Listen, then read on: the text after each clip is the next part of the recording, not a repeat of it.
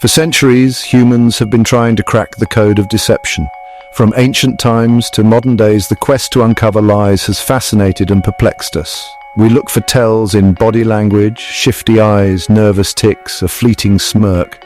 These subtle cues are often seen as windows into a person's true intentions. We rely on technology like polygraphs, hoping to catch the physiological signs of a lie. The polygraph measures things like heart rate, blood pressure, and sweat levels, all in an attempt to reveal hidden truths. But the truth is, lie detection remains an imperfect art. Despite our best efforts, these methods are far from foolproof and often lead to more questions than answers. Traditional methods are often unreliable, susceptible to manipulation and misinterpretation. People can learn to control their physiological responses, making it difficult to distinguish between truth and deception. This is where a new field of study emerges, one that delves into the very words we speak to uncover the truth: linguistic text analysis. This innovative approach looks beyond physical signs and focuses on the language itself. This approach recognizes that deception is not just an external performance, it's a cognitive process. Our brains work hard to fabricate lies, and this effort can be detected in the way we communicate. Lying requires mental effort, and that effort leaves a trace, not just in our trembling hands, but in the language we use. The stress and cognitive load of lying can subtly alter our speech patterns. By analyzing speech patterns, word choices, and sentence structures, we can begin to identify the subtle but significant linguistic fingerprints of a lie. This method offers a promising new avenue for understanding and detecting deception. Linguistic text analysis in lie detection is grounded in the understanding that our language is not solely a product of our conscious mind. While we may carefully choose our words when crafting a lie, our subconscious mind operates beneath the surface, revealing subtle clues in our speech. These clues are not about what we say, but how we say it. Research has consistently shown that fabricated stories differ qualitatively from truthful accounts. Liars tend to use language differently, often in predictable ways, as they grapple with the cognitive demands of maintaining their deception. They may try to distance themselves from their lies, exhibit signs of guilt or discomfort, or overcompensate with overly simplistic or convoluted explanations. These linguistic patterns, while often subtle, can be powerful indicators of deception when analyzed systematically. Lying is not easy. It's a cognitively demanding task that requires the liar to juggle multiple mental processes simultaneously. They have to think on their feet, often coming up with responses in real time. They must invent a plausible story, one that fits the context and is believable to the listener. Remember the details of their fabrication, ensuring that they don't contradict themselves later, and monitor their own behavior to ensure consistency. This includes maintaining eye contact, controlling facial expressions, and managing body language. All of this mental gymnastics takes a toll, leaving its mark on the liar's language. The strain can manifest in various ways. One of the key reasons language becomes a telltale sign of deception lies in the concept of cognitive load. The brain can only handle so much at once. When we lie, our cognitive resources are stretched thin. This overextension can lead to noticeable changes in our speech patterns. This can lead to slips of the tongue, hesitations, and awkward pauses that are hard to hide, and changes in our usual speaking style. We might speak faster or slower than normal, or our tone might change unexpectedly. For example, we might pause more frequently, searching for the right words to maintain the lie. Use filler words like or are excessively, as our brain struggles to keep up with the fabrication, or struggle to find the right words, leading to awkward silences or repeated phrases. These linguistic cues are not always conscious or intentional. They're often involuntary responses to the increased cognitive burden of lying.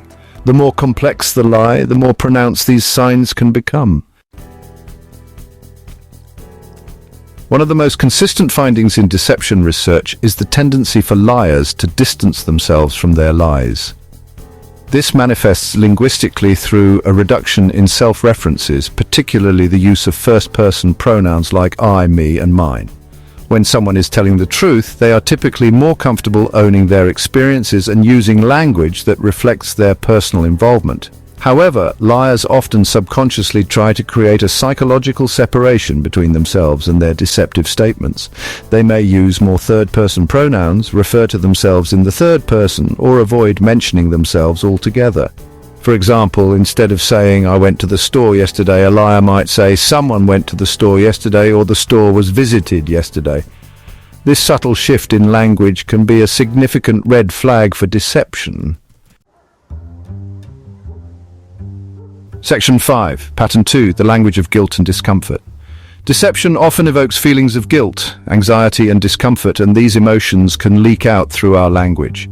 Liars may use more negative language than truth-tellers, reflecting their internal turmoil. This can manifest in various ways, such as using more negative emotion words like hate, sad or angry, expressing more pessimism or doubt, or making more negative judgments about others. For instance, imagine you ask someone if they stole a cookie from the jar. A truthful person might simply say, "No, I didn't." However, a liar grappling with feelings of guilt might say, "I would never do that. That's terrible. Who would even do such a thing?" The exaggerated response and the use of negative language betray their discomfort and suggest that they may be trying to overcompensate for their lie. Section 6, Pattern 3, keeping it simple, the deception of brevity. When it comes to lying, less is often more. Liars tend to simplify their stories, avoiding unnecessary details that might expose their deception. They stick to the bare bones of their fabrication, providing only the information they deem absolutely necessary to maintain their lie. This tendency towards brevity stems from the cognitive load of lying. Remembering and recounting a fabricated story requires significant mental effort, and liars often simplify their narratives to reduce that burden. They may use shorter sentences, fewer descriptive words, and avoid providing specific details or examples. While truthful accounts are often rich in detail and nuance, deceptive stories tend to be flatter and less engaging, lacking the depth and complexity of genuine experiences. Section 7, Pattern 4, smoke and mirrors overly complex explanations. While some liars opt for brevity, others go in the opposite direction, constructing overly complex and convoluted explanations. This tactic is often an attempt to obfuscate the truth, creating a smokescreen of words to distract from the lie. When someone is lying, they may feel the need to over-explain themselves, providing unnecessary details and qualifications in an effort to make their story seem more believable. They may use complex sentence structures, jargon, or technical language to create an illusion of knowledge or authority. However, this overcompensation can backfire, making their story seem rehearsed, unnatural, and ultimately less credible. The more someone tries to convince us with elaborate explanations, the more suspicious we should become. Section 8, Case Studies in Deception, from athletes to politicians. The patterns of deceptive language are not merely theoretical constructs. They have been observed in countless real-world cases, including high-profile scandals involving athletes, politicians, and celebrities. These patterns provide a fascinating insight into how individuals attempt to manipulate public perception and maintain their reputations, even when faced with overwhelming evidence against them. One notable example is the case of Lance Armstrong, the former professional cyclist who vehemently denied using performance-enhancing drugs for years. Despite mounting evidence and persistent allegations, Armstrong maintained his innocence, using carefully crafted language to deflect accusations and cast doubt on his accusers. Linguistic analysis of his interviews and public statements revealed a pattern of distancing language and a lack of personal pronouns when discussing his alleged doping. This subtle shift in language use is a common indicator of deception, as individuals often try to psychologically distance themselves from their lies. However, when he finally confessed to his deception, his language shifted dramatically, becoming more direct, personal, and emotionally expressive. This change in linguistic style is typical of someone who is finally telling the truth, as they no longer need to maintain the mental burden of their lies. Similarly, John Edwards, the former US Senator who denied fathering a child out of wedlock, exhibited classic signs of deceptive language in his initial denials. His attempts to evade the truth were marked by convoluted explanations and a noticeable lack of emotional engagement.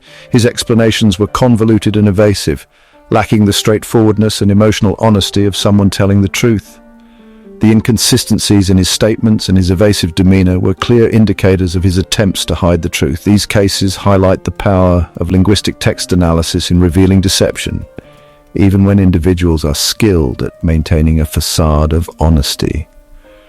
By examining the subtle cues in language, experts can uncover the truth behind the words, providing a powerful tool for uncovering deception in high-stakes situations. Section 9. Practical applications navigating everyday deception. While the examples of Lance Armstrong and John Edwards are high-profile, the principles of linguistic text analysis can be applied to our everyday lives. By understanding the patterns of deceptive language, we can become more discerning listeners and communicators, better equipped to navigate a world where not everyone is always truthful. In personal relationships, recognizing these patterns can help us identify potential red flags and address issues of trust and honesty. In professional settings, understanding deceptive language can be invaluable in negotiations, interviews, and other situations where the stakes are high. By paying attention to not just what people say, but how they say it, we can develop a more nuanced understanding of human communication and become more adept at separating truth from deception.